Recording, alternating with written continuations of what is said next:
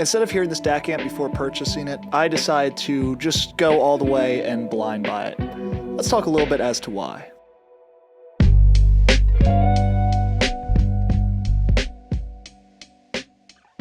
Hey everybody, I'm Matthew from Bloom Audio, and today we're going to be taking a look at the xDuoo TA-22, a tube-based DAC amp from xDuoo, coming in at $489. So as the intro premised, I blind bought this, even though I had the opportunity to listen to it, which probably would have been the smarter decision, but here we are. Not to give out a spoiler, but I'm very glad I did, and we're to go a little bit into why that is. And just to kind of premise this whole thing, this is not going to be an overly technical video. If you're looking for measurements and all that jazz, it's just not really here. I actually didn't even find any on Audio Science Review. I was kind of doing a little bit of a deeper dive to see if I could get those and maybe even provide them in the video.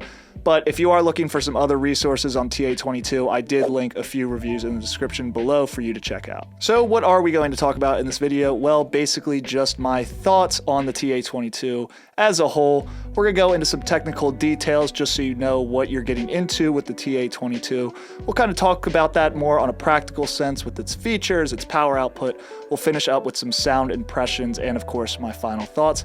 So without further ado, let's get right into it. For the general specifications, for input connections, you have a USB optical coaxial and 3-pin XLR. For outputs, you have 4-4 balanced and 4-pin XLR balanced, as well as 6.5 millimeter as well. Output power, for single-ended, you get 1500 milliwatts at 32 ohms, and for a balanced connection, you have 3000 milliwatts at 32 ohms. For Bluetooth 5.1, it supports most major codecs as well as LDAC, which is definitely a nice bonus there. So with that mumbo jumbo spec talk out of the way, we can talk about what TA-22 is at its core, and that is a tube-based DAC amplifier. And before we get into the weeds about that, we're just going to start off with how it looks.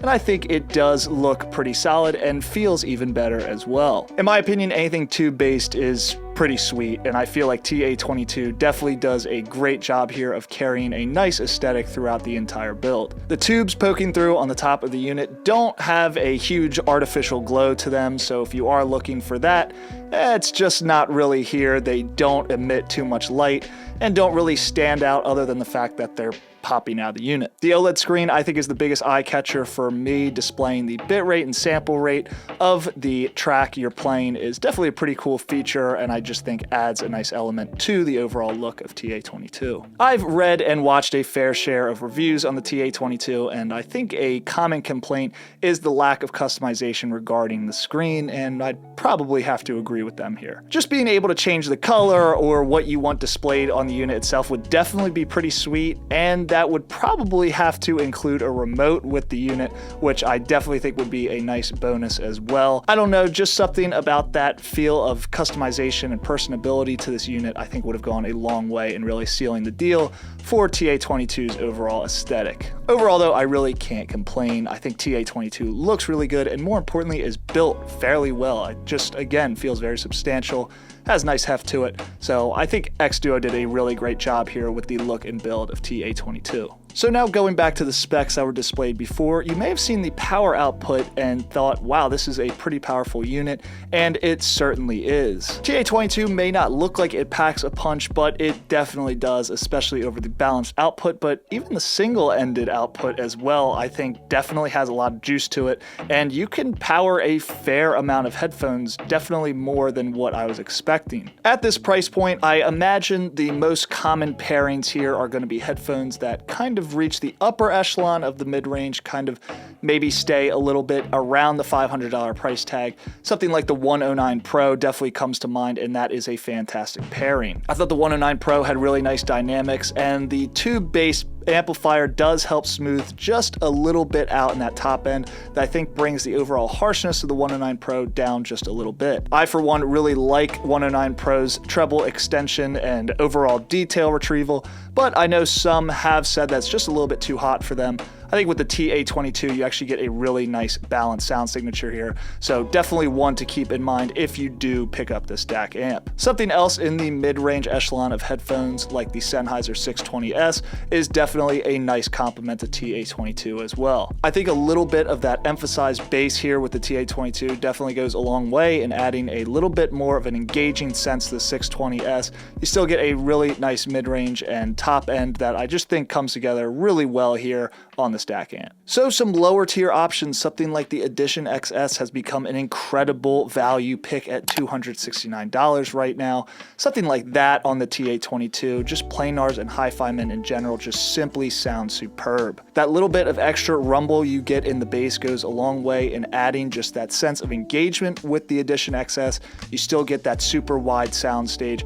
Great treble extension and detail retrieval there. I just think planars as a whole here, like I mentioned, just really come to life with TA-22. You also get that with the Aria Organic, which is probably one of my favorite headphones actually in hi-fi-men's lineup. I think that little bit of top end that some people may find too harsh, similarly to the 109 Pro, just kind of gets tamed a little bit here. Comes down, still makes it a very complete and coherent sound signature. I just think has a lot of great characteristics and really is just accentuated here with the TA-22. So definitely two pairings there from hi-fi-men that I just think are simply excellent. So now in the upper echelon of headphones, this is where things get a little bit weird because in my opinion, if you're buying the TA-22, chances are you probably aren't buying these headphones or are going to be listening to them on the TA-22. But I did want to mention them because it is interesting that you have the option to do so with this DAC amp. So with the gain settings, you get a low, medium, and high gain. For these headphones, I found that the high gain is pretty much a must-need here. You know, you can get away on medium gain. I think low just doesn't sound as great. Medium and high are probably preferred here. But something like the Dan Clark E3, something notoriously hard to drive, over a balanced connection on TA-22 definitely reaches comfortable listening volumes and actually sounds pretty good. Now let's get one thing straight. Is the E3 going to sound as good on the TA-22 as it does on a Burson Conductor 3X GT? Let's get serious. No, it doesn't. But the fact that you have the opportunity to drive something like the E3 on the TA-22 at $489 as opposed to a $2,000 DAC amp is really impressive, and you start to really see the value of TA-22 come alive here. So just for kicks and giggles, let's have a little bit of fun here. Let's talk about the Susvara Unveiled over a balanced connection on the TA-22. If you are looking to buy the Susvara Unveiled, chances are you are not going to buy the xDuoo TA-22 or have that in your list of considerations for that headphone. Is it going to reach its full potential? Probably not. Is it going to be completely brought to life? Definitely not. However, I do think it is interesting that the TA-22 does have the power output necessary to drive these headphones, and I honestly enjoyed my time with it. Now here's the deal. 10 times out of 10, I'm putting the Unveiled on something else. We just got the Cayenne Soul in the office, so yeah, it's going on the Cayenne Soul. It's not going on the TA-22. So now, were these two headphones realistic options for the TA-22?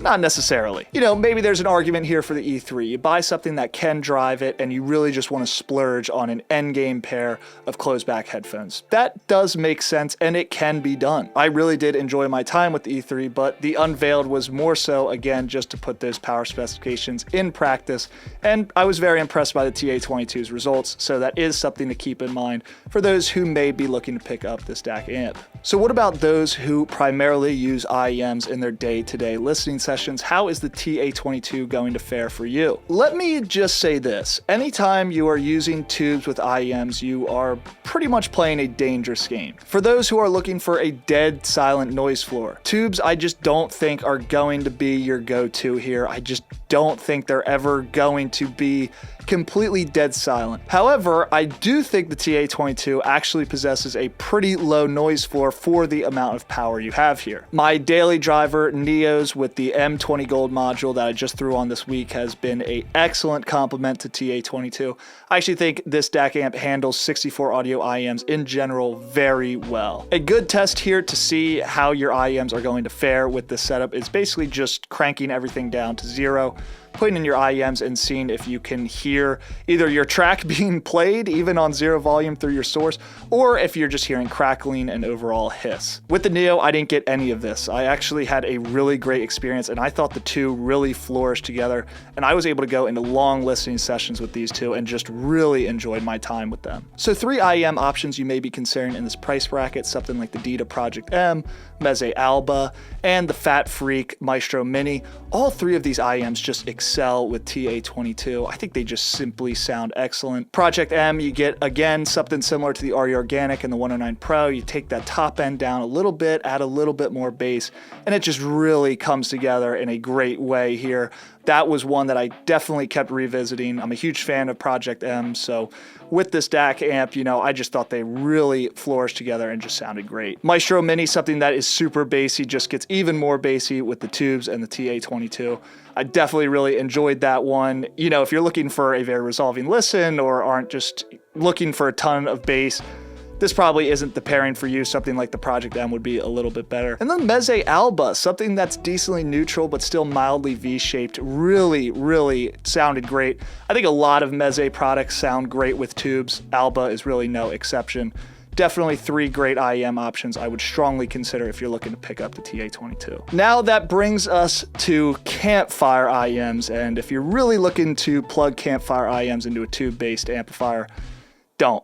Just don't do it. Maybe I shouldn't say don't. I just think something like Campfire IEMs that have super high sensitivity just don't really pair well with tubes, but I'm sure there are some options out there that do complement Campfire IEMs well, but I would probably recommend something like the Cayenne N3 Ultra, a tube-based DAP, where you really have fine control over the sound dial to really nail the tube-based sound in a very sensitive IEM. But in my experience with the TA-22, plugging in the Andromeda 2020 just wasn't too enjoyable. I love that IEM a lot for its sound signature, but with this, there was just a noise floor that was higher than a lot of other IEMs. The amount of hiss and crackle just wasn't very enjoyable, and although you do mask it pretty well at moderate listening volumes, it's just not really the same as some of the other options I listed here. Definitely just something to keep in mind there if you have a lot of Campfire IEMs in your collection or just high sensitivity IEMs in general. So while my overall sound impressions have kind of leaked through into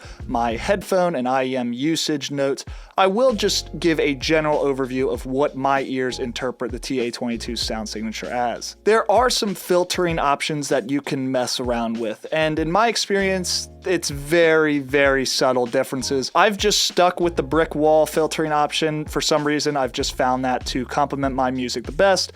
I definitely encourage you to go and change those.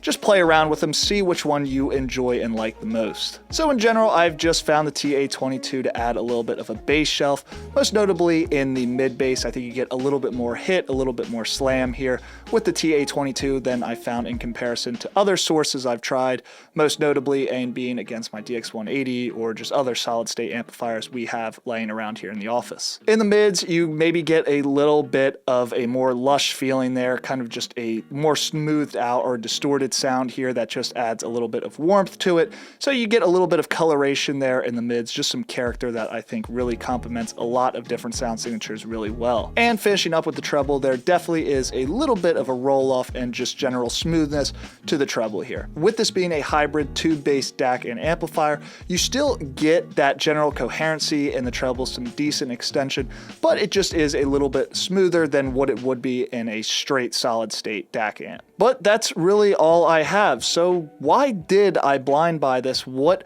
really got me interested in this DAC amp to begin with? For starters, I really like xDuoo products. I started out with the TA-66 and I just thought it was built extremely well. It looked awesome. And basically all those same characteristics carry over the TA-22. It looks great. It was built great.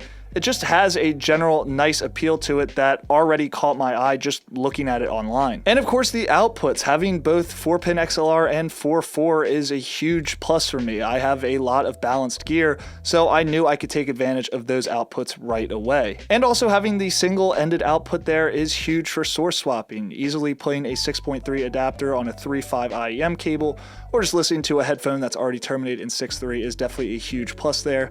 So just the general versatility of TA-22's outputs I think already put me in a good spot to buy TA-22. Honestly, I think versatility is a really good word for TA-22 here. Just having the overall shell of TA-22 and being able to tube roll is a huge plus. I've already looked into some RCA clear tops or some other matched tube sets online that I've already been intrigued and interested in buying, just to kind of tailor and cater the sound more towards my tastes and preferences. So for all those reasons, and at its $489 price tag, the TA-22 kind of seemed obvious to me. So if you're in a similar headspace or have a checklist that was similar to mine, I definitely encourage you to check out the TA-22 because I think it does a lot of things well. Sure, it could have a little bit more customization with the screen, it could handle highly sensitive IEMs better, or just have a better menu navigation in general. That was another complaint I saw a lot online, and I would definitely agree with that. Takes a little bit of getting used to, but once you got the hang of it, it's pretty easy. So in general, I think TA-22 just brings a lot to the table that I really couldn't deny. And if your checklist is quite similar to mine, I definitely encourage you to check out the TA-22 as well. Thanks for watching. You can check out TA-22 and a lot of other great products at bloomaudio.com. If you're still on the fence about the TA-22 or just any products we carry at Bloom, feel free to hit us up at hello@bloomaudio.com or jump into a live chat. Me and my colleagues are ready and waiting to help in any way we can. Make sure to like, comment, and subscribe, as we'll be back soon with more high-fidelity audio content.